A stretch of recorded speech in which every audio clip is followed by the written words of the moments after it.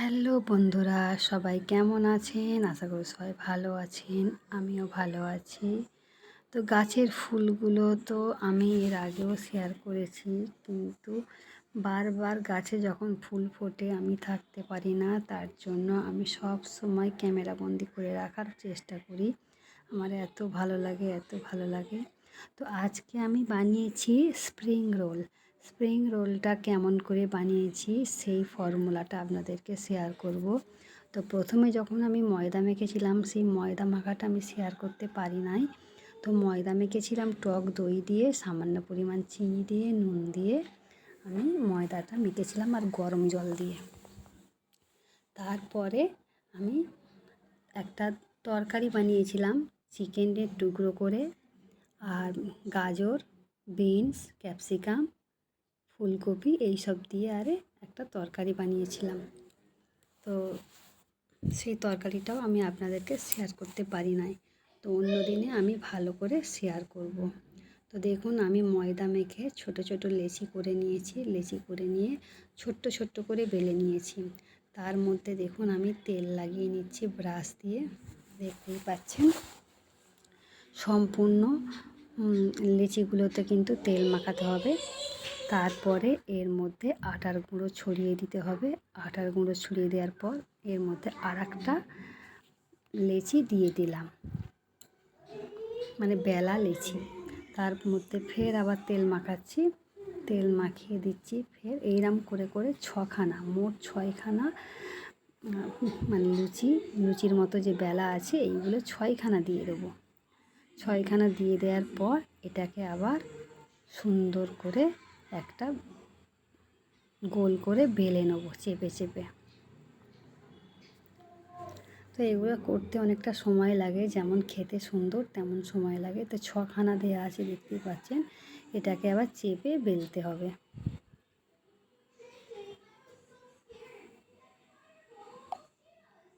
তো একটু গায়ে শক্তি লাগবে বেলার জন্য। তো দেখতেই পাচ্ছেন যে অনেকটাই গোল হয়ে যাচ্ছে। এইটাকে এবার কি করতে হবে, একটা চাটু নিতে হবে। সেই চাটুতে গরম করে করে একটা করে ছাড়িয়ে ছাড়িয়ে নিতে হবে। এই ছাড়ানোর সিস্টেমটা কিন্তু অনেকটাই কঠিন, মানে হাত পুড়ে যাওয়ার কল। আর একটার পর একটা জড়িয়ে যায়। এই দেখুন, একদম পাতলা পাতলা, একদম পাতলা পাতলা হয়ে চলে আসবে।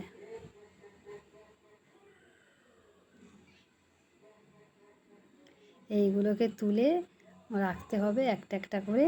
তারপরে এর মধ্যে পুর দেওয়া হবে। পুর দিয়ে মুখ মুড়ে দিয়ে তারপর এটাকে ভাজা হবে। আপনারা ভালো করে লক্ষ্য করুন, আপনারা তাহলে বুঝতে পারবেন। দোকান থেকে স্প্রিং রোল কিনে খাবার দরকার নেই, ঘরে বানালেই হবে। তো ছখানা সেঁকা হয়ে গেল।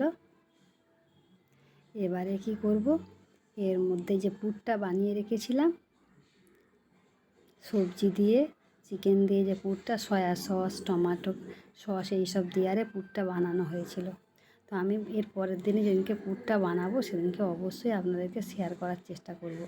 আর একটু বাটি করে ময়দা গুলে নিতে হবে, কারণ এইগুলো ময়দা দিয়ে চেপে মুখ মেরে দিতে হবে। মুখ না মেরে দিলে কি হবে, সাইড থেকে বেরিয়ে যাওয়ার একটা ভয় থাকে, সেই জন্য। তো ফের আরেকটা দেখানো হচ্ছে। সাইড থেকে দেখতেই পাচ্ছেন যে ময়দার প্রলেপ দেওয়া হচ্ছে, যাতে সাইড থেকে খুলে না যায়। আর এই দেখুন পুর দেওয়া হচ্ছে।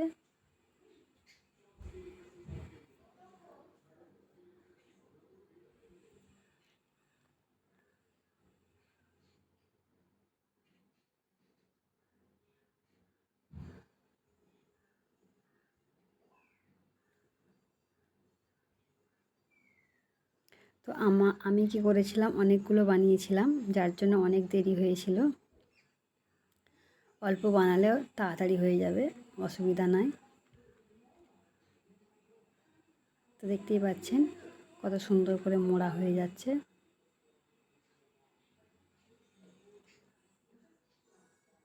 পুরো লক হয়ে গেল।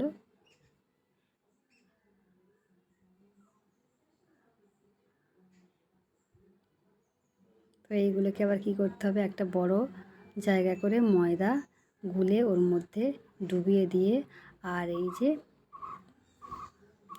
পাউরুটির গুঁড়ো করা আছে,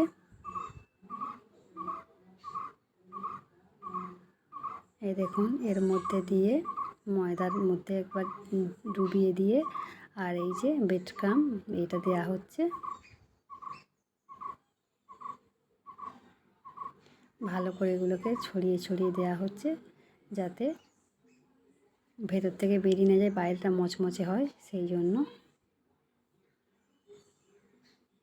তো হাতে জড়িয়ে যাচ্ছে, এই দেখুন অনেকগুলোই হয়েছে, প্রত্যেকটা আমি করার চেষ্টা করছি।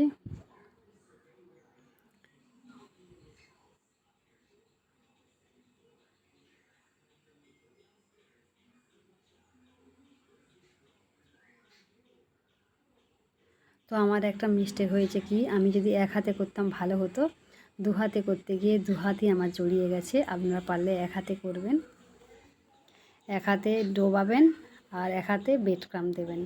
এই দেখুন তেল এদিকে গরম হয়ে গেছে, একটা একটা করে ছেড়ে দিচ্ছি তেলে। তেলের পরিমাণ একটু বেশি আছে, একসাথে অনেকগুলো ভাজা যাবে সেই জন্য।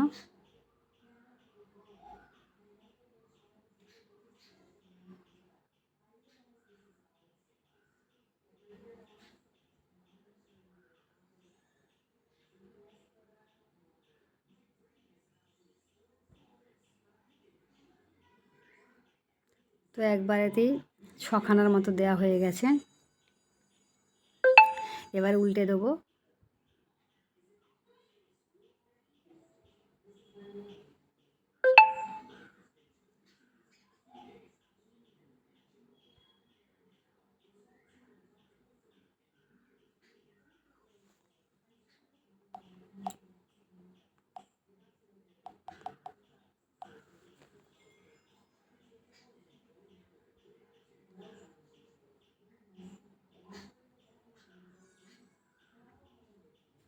তো দেখুন ভাজা কমপ্লিট হয়ে যাওয়ার পর আমি প্লেট সাজিয়েছিলাম, এই দেখুন শসা কুচোনা, তার সাথে সস আছে। তো চলুন বন্ধুরা, টাটা বাই বাই।